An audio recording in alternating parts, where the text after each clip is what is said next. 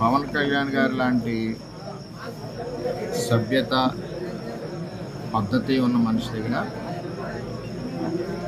Election చేసినందుకు గర్వంగా ఉన్నాం. ఆయన దగ్గర నుంచి కానీ 2009 జనసేన పార్టీ దగ్గర నుంచి కానీ మాకు ఏ విధమైన ఇబ్బందులు లేవు.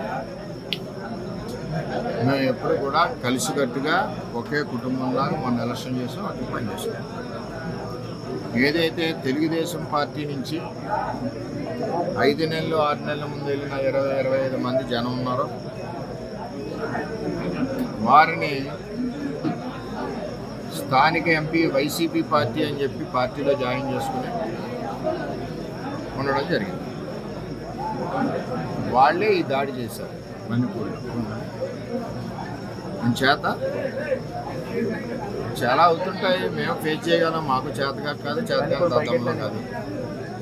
మేము ఈ దాడి ప్రత్యక్షంగా పోలీసులు ఉన్న చోట జరిగింది, పోలీసులు ఉన్నప్పుడు జరిగింది. మేము ఒక ఆయన్ని సర్పంచ్ గారిని కలవడానికి వెళ్ళాం. ఎలక్షన్లో రకరకాలుగా చేసాం. మేము పబ్లిక్గా చేసిన వాళ్ళు ఉన్నారు, చాటుని చేసిన వాళ్ళు ఉన్నారు, వెనకుండి మాకు హెల్ప్ చేసిన వాళ్ళు ఉన్నారు.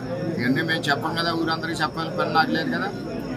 నాకు ఆయన బాధ్యత చెప్పారు ఎలక్షన్, ఆ బాధ్యత నేను నెరవేర్చాను. అందుచేత వాళ్ళు దాడి చేశారు, చాలా దారుణంగా దాడి చేశారు.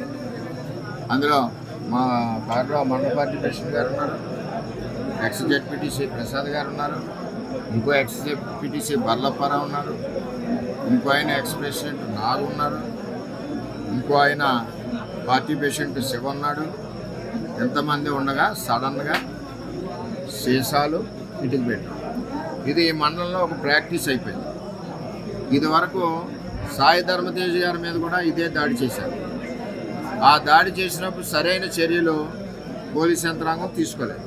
ఆఖరికి వాళ్ళు వెళ్ళిపోయాక దాడి జరిగిందన్నారు తప్పితే, వాళ్ళు ఉండగా దాడి జరిగి దెబ్బలు తగిలితే వాళ్ళు వెళ్ళిపోయాక దాడి జరిగిందన్నారు. సరే, ఇదంతా కాంట్రవర్సీ ఎందుకని మేము మాట్లాడుకుంటున్నాం. ఇది నన్ను చంపడానికి కుట్ర జరిగింది. ఎందుకంటే నాకు కూడా కార్యకర్తలు కూడా 150 మంది కూడా ఉన్నారు కాబట్టి ఇప్పుడు ఇవన్నీ సీజన్ బ్యాంకులు వాళ్ళంతా కారులో ఇటుక బెడ్లు, 2-3 గాయాలు, ఇవన్నీ జరిగింది. సరే చూద్దాం ఏమవుతాం. ఇవన్నీ ఇటువంటి పిరికి పంద చర్యలకు భయపడేది ఏముండదు. వర్మ ఎప్పుడు కూడా 22 ఏళ్ళ నుంచి ఉన్నాడు, ఎప్పుడు కూడా ఇటువంటి వ్యవహారం జరగలేదు. ఈ సంస్కృతి పిఠాపురంలో ఇప్పుడే వచ్చింది. ఇప్పటి వరకు పిఠాపురంలో ఇటువంటి సంస్కృతి లేదు. జాతి చట్టం ఉంది కదా, రిపేర్ చేయించిన కారు సెంటర్లోనే ఉంచేస్తారు. పోలీసు సరైన నిర్ణయం తీసుకునే వరకు ఆ కారు ఈవేళ ఇక్కడ గెస్ట్ హౌస్ దగ్గర ఉంది, రేపు రోడ్డు మీద సెంటర్లో పెట్టేస్తారు లాక్ చేసి. కొత్తగా తెలుగుదేశం పార్టీ నుంచి కొత్తగా వెళ్ళిన జనసేన నాయకులు బండిపూడి సంబంధించి ఇంకా ఉన్నారు. వాళ్ళ చరిత్ర కూడా ఇదివరకు అదే. అందుకనే పార్టీలోంచి పంపించాము, ఆ పార్టీలో తీసుకున్నారు. అది ఎవరి పార్టీ వాళ్ళ ఇష్టం, మనం వద్దని అనడానికి వీల్లేదు. సరే ఏం జరుగుతుందో ఆలోచిద్దాం. మా నాయకులు అయితే కంప్లైంట్ వద్దన్నారు, మేము ఇప్పటివరకు కంప్లైంట్ కూడా ఇవ్వలేదు. జనసేన అధినేతకి నిన్నటికి నేటికి కూడా మీరు దేవుడిలాగే కనిపించారు, దేవుడు అనేది అని అన్నారు. ఇప్పుడు జన సైనికులు కానీ నాయకులు కానీ ఈ విధమైన చర్యలపై తమరు ఏ విధమైన జనసేన నాయకుడికి కానీ 2009 జనసేన తమ్ముళ్ళకి కానీ మాకు కానీ ఏ విధమైన ఇబ్బందులు గొడవలు లేవు, అంతా కుటుంబంలా ఉన్నాం. ఏదైతే తెలుగుదేశం పార్టీ నుంచి వెళ్ళిన నాయకులు ఉన్నారో 20-25 మంది, వాళ్ళందరూ మా పార్టీ కార్యకర్తల మీద దాడి చేస్తున్నారు, మా మీద దాడి చేస్తున్నారు, నా మీద ఫస్ట్ టైం ఈ విధంగా చేస్తూ ఉన్నారు. చట్టం ఉంది కదా, చూద్దాం. మా నాయకులు అయితే ఇప్పుడు వరకు కంప్లైంట్ ఇవ్వలేదు. నాయకులు మా మండల పార్టీ ప్రెసిడెంట్ గారు వెళ్ళి చూసి కంప్లైంట్ ఇవ్వాలా. మరి అందరూ కూడా బుద్ధి చెప్పగలను, అందరికీ చేతన అవుద్ది కదా. ఏం చేయాలన్నది వాళ్ళు నిర్ణయిస్తారు. ప్రాణాలను పణంగా పెట్టి మీరు పవన్ కళ్యాణ్ గారు ఎన్నికల్లో కీలక పాత్ర వహించారు. ఈరోజు మీరు చెప్పిన ప్రాణాలు కూడా తీపోయారని చెప్పి అదే జనసేన కార్యకర్తలు వన్నిపూడి గ్రామంలో ఉంటున్నారు. అసలు ఏంటి సార్ ఇక్కడ సవరణ జనసేనలోకి తెలుగుదేశం పార్టీలోంచి వెళ్ళిన జనసేనకి వెళ్ళిన కొత్త జనసేన కార్యకర్తలని చెప్తున్నాను.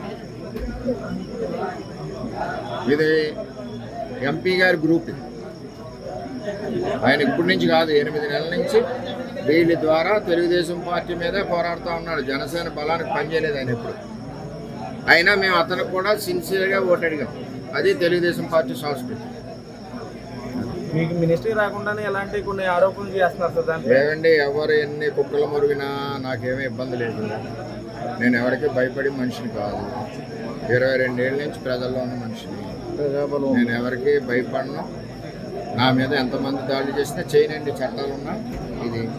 ఇది పవన్ కళ్యాణ్ గారికి కానీ, నాకు కానీ, పవన్ కళ్యాణ్ గారికి కానీ, ఆ 2009 బ్యాచ్కి కానీ ఎవరికి ఇది సంబంధం లేదు. సార్ ఇది పవన్ కళ్యాణ్ గారికి ఎవరు ఫిర్యాదు చేయబోతున్నారండి? పవన్ కళ్యాణ్ గారు నేను ఎవరికి ఫిర్యాదు చేయను కూడా. అది ఏ విధంగా జరగాలో ఆ విధంగా జరుగుతుంది.